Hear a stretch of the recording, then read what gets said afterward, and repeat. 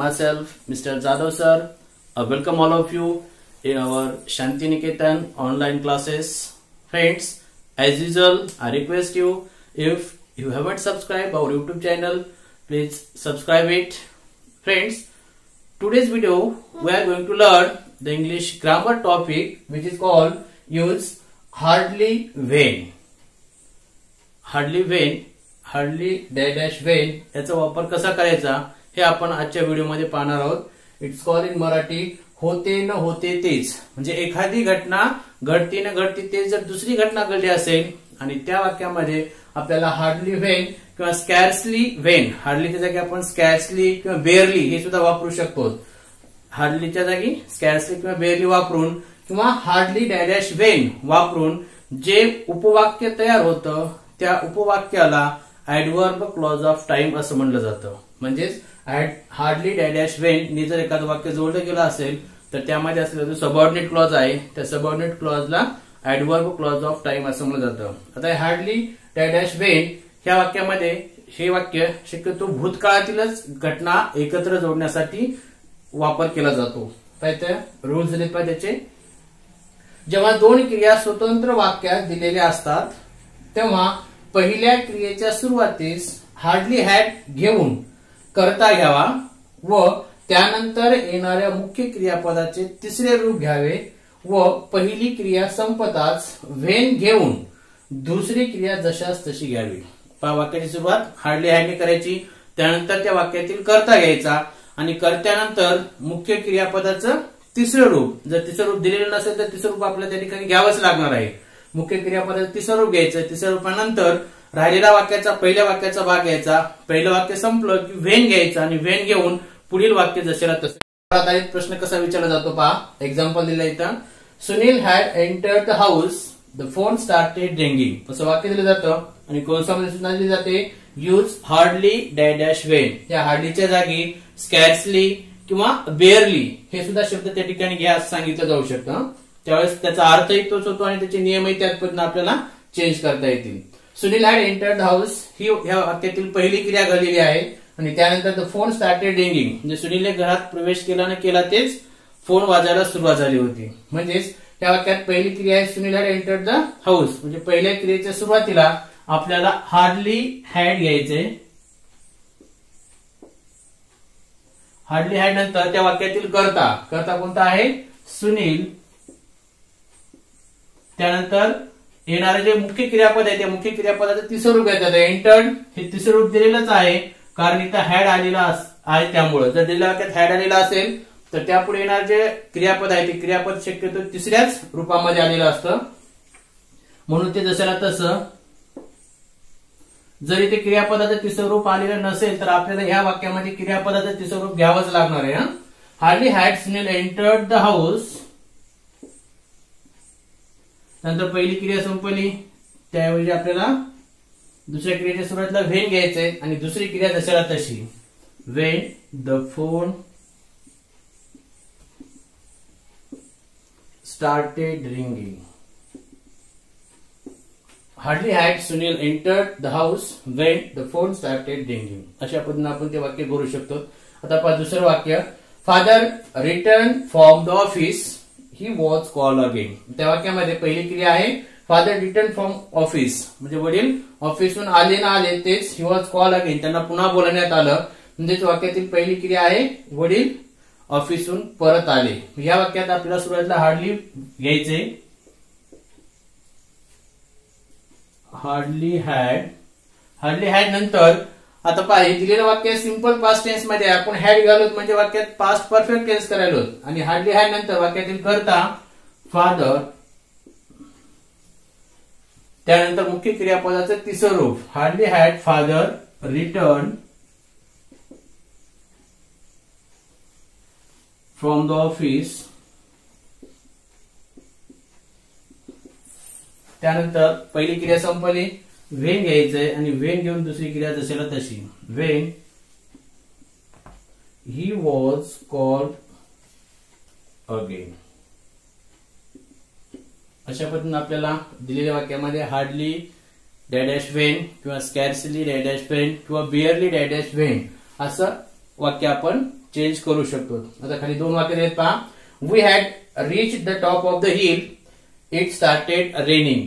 आणि दुसरं वाक्य दिले the birds began chirping, the sun had risen. हे दोन वाक्य तुम्हाला स्वतः करायचे आहेत आणि माझ्या व्हॉट्सअप नंबरला पर्सनली किंवा कमेंट बॉक्समध्ये तुम्हाला ते सेंड करायचे.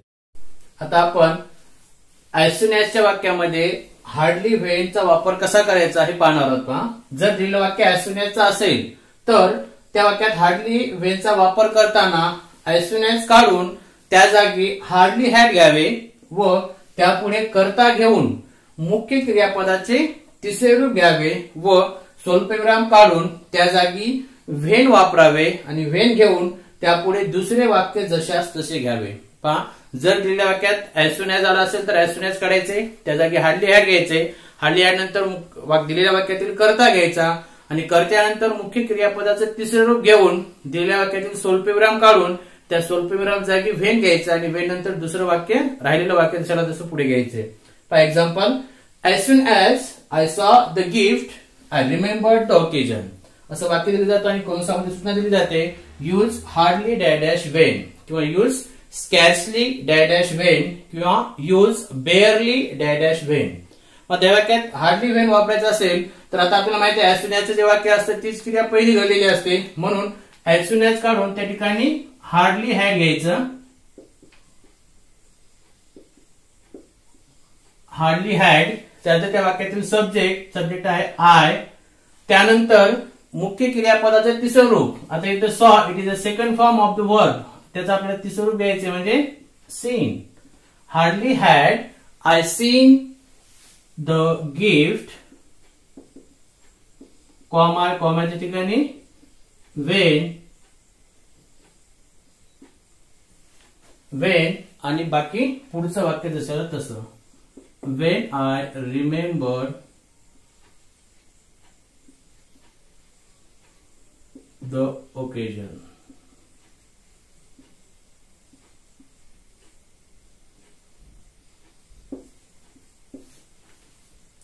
Hardly had I seen the gift when I remembered the occasion. अशा पद्धतीने आपण ते वाक्य केलं आहे.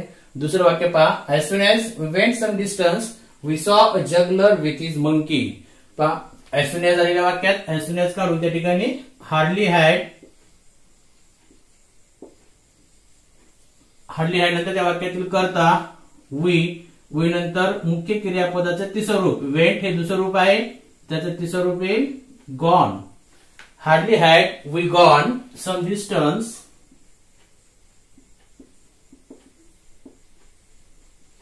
त्यानंतर कॉमा त्याचा स्वल्पविराम दिलेला आहे ते काढून त्या ठिकाणी व्हेन घ्यायचं आणि व्हेन घेऊन दुसरी क्रिया जशाला तशी. We saw a juggler with his monkey.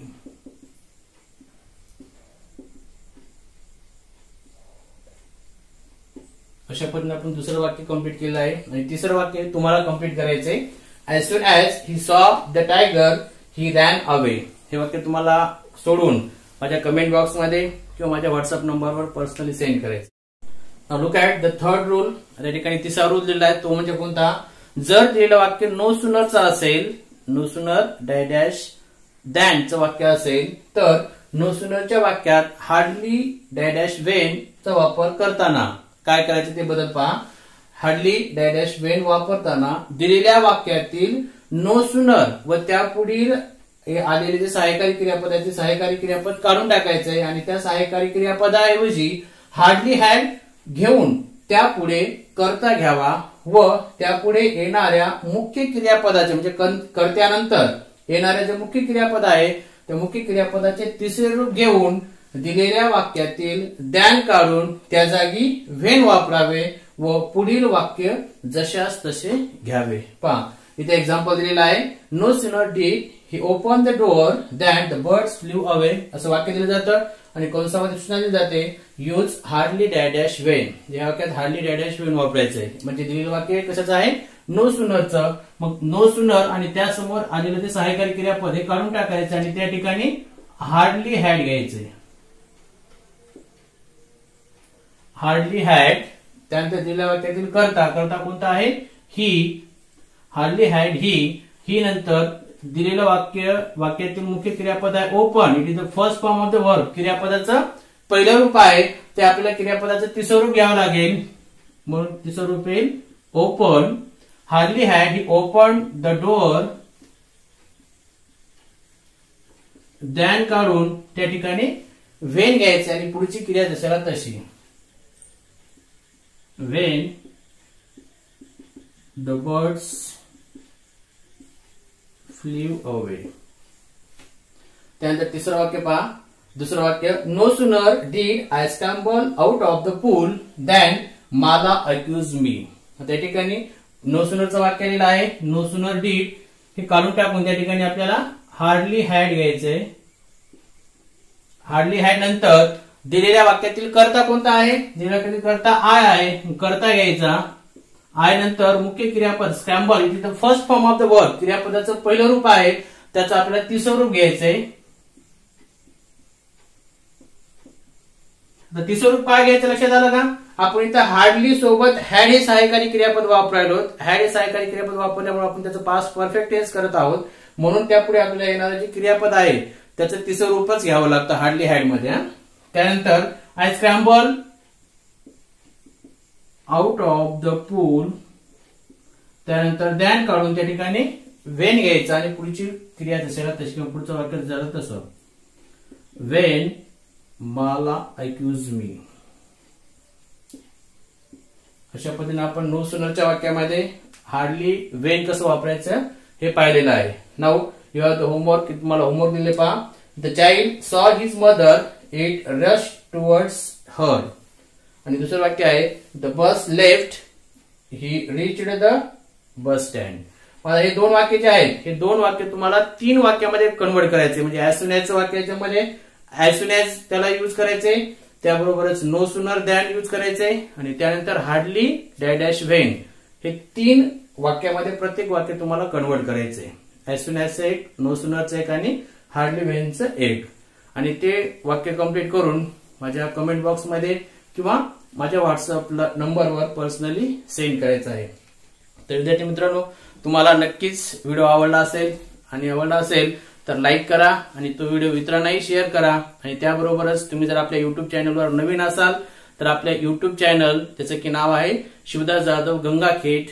आपल्या युट्यूब चॅनलला सबस्क्राईब करायला विसरू नका.